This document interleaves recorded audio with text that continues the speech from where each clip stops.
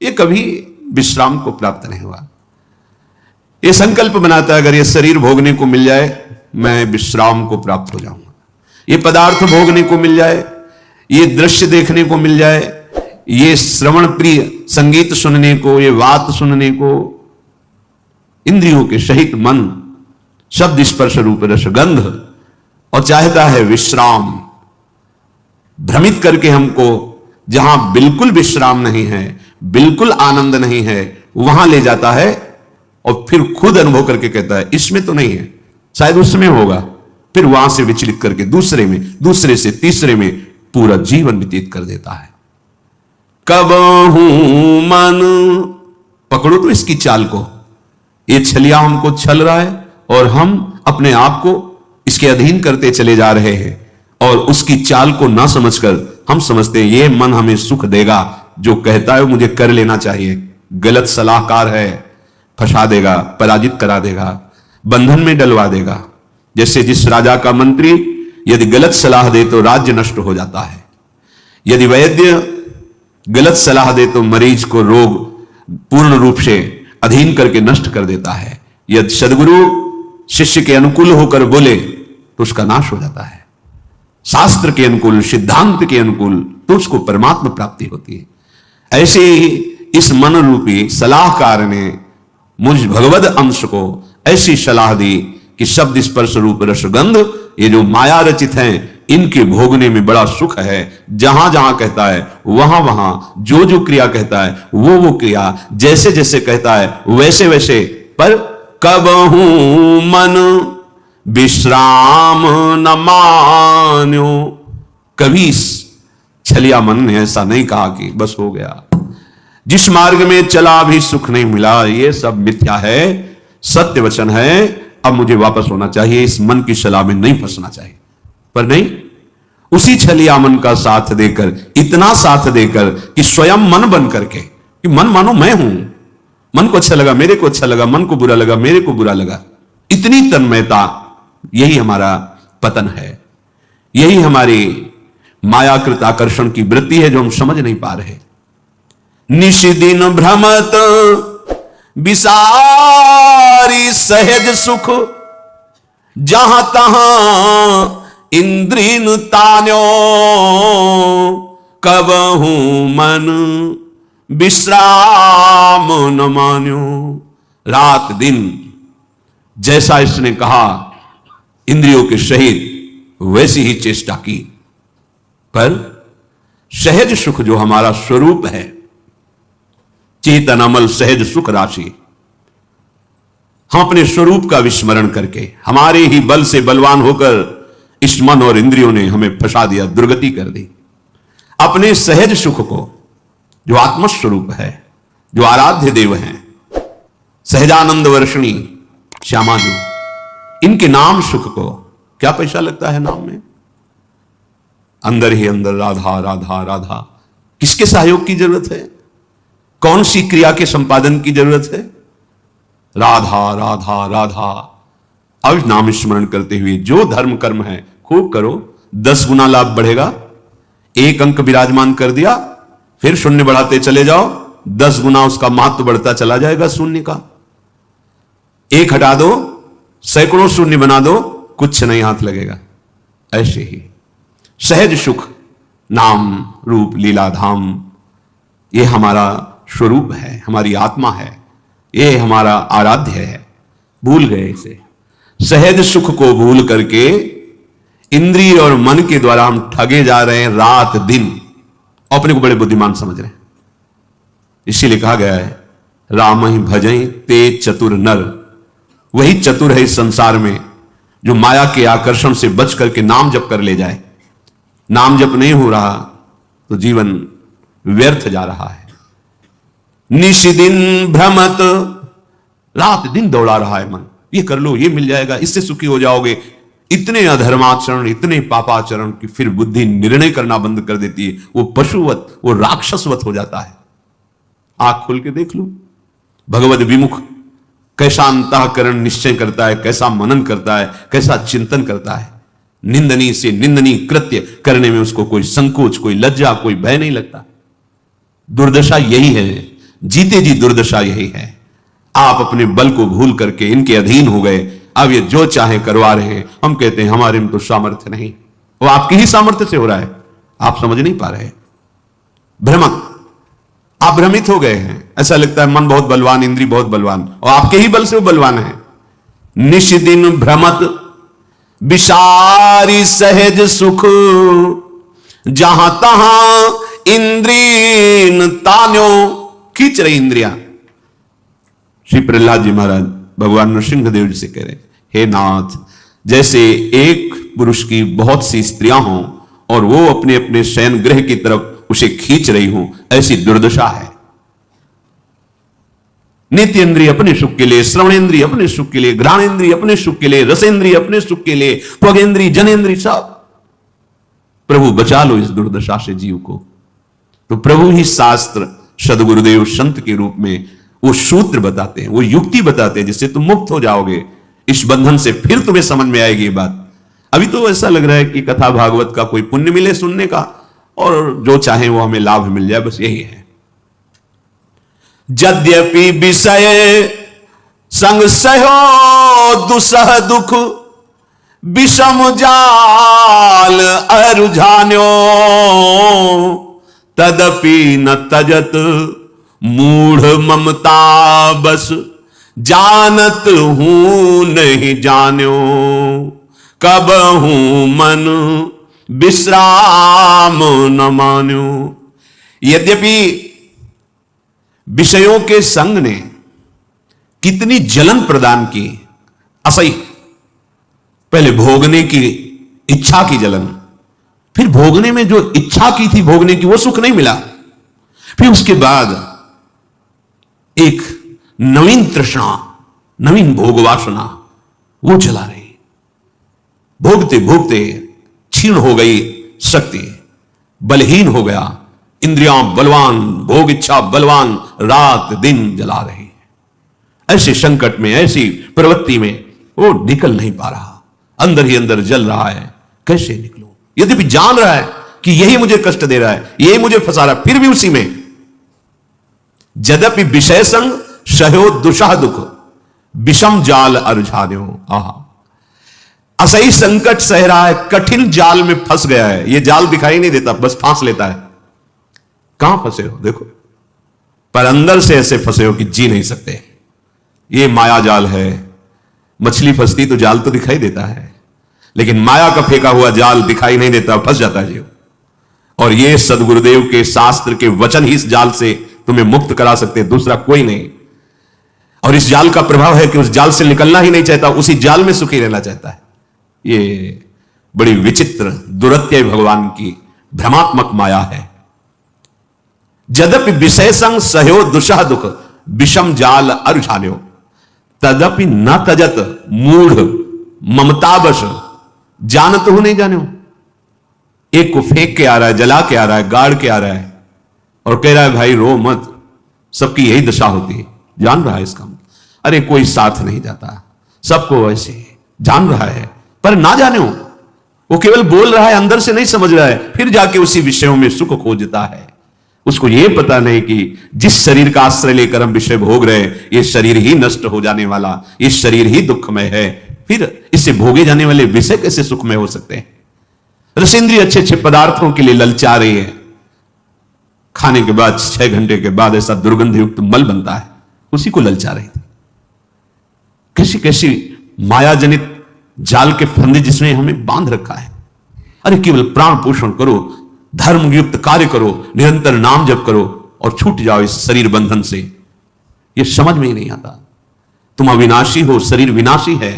शरीर से जितने भोग भोग रहे हो, यह सब मायाकृत जादू का तमाशा है, इनकी सत्ता ही नहीं है। बस प्राण पोषण करो और प्राणनाथ का भजन, उनकी आज्ञा के अनुसार मुक्त हो जाओगे इस माया खेल से। जन्म अनेक किए नाना विधि, कर्म कीच चित सान्यो, होई न विमल विवेक निर्बिनु, वेद पुराण बखान्यो, कबहू मन विश्राम न मान्यो।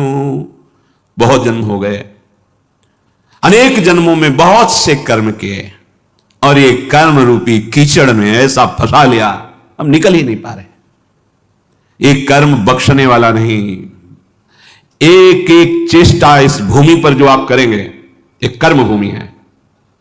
इस भूमि पर इसीलिए शब्द कहा है। अन्य लोकों में वही कर्म करोगे जो तुम्हें भोग भोगने, बस नवीन कर्म नहीं होता। देवलोक में नवीन कर्म नहीं होता कि आप नया अनुष्ठान कर्म कर, नहीं, अपने किए हुए अनुष्ठान का शुभ फल भोगो। नरक में अपने किए हुए अशुभ कर्मों का, पाप कर्मों का फल भोगो। अन्य लोकों में भी ऐसा एकमात्र ये, इसीलिए यहां जन्म लेने के लिए देवता भी ललचाते हैं। बड़े भाग मानुष तन पावा, सुर दुर्लभ सदग्रंथन गावा। ये कर्म एक एक सेकंड का हिसाब है। आप क्या बोल रहे हैं, क्या देख रहे हैं, कैसे पूरा का जितना समय दिया गया, 80 वर्ष 100 वर्ष, तो जिस दिन आप इस भूमि पर प्रकट हुए उसी समय से शुभ अशुभ कर्म का भोग लागो, और जहां चेतना जागृत हुई नवीन कर्म वो आपके ऊपर। शास्त्रीय सिद्धांत से शायद 14 वर्ष की अवस्था तक मांडव्य ऋषि धर्मराज से व्यवस्था बनाई थी, क्योंकि उस समय पूर्ण चेतना धर्म की क्या वृत्ति ये नहीं जागृत होती, तो उस समय तक के लिए तो इसके आगे जो कर्म होते हैं उनका एक एक हिसाब होता है। ऐसा ना समझो आप जो हंसी मजाक कर रहे हैं, आप देख रहे हैं, बोल रहे हैं, छू रहे हैं, ये सब आपका रजिस्टर है, बढ़ रहा है। किस विषय में आप बोले, क्या बोले, उस बोलने में क्या दोष था, आपने क्या क्रिया की, वो सत्य शास्त्रों की सम्मति से है या निषेधात्मक है, उसका फल आपको मिलेगा।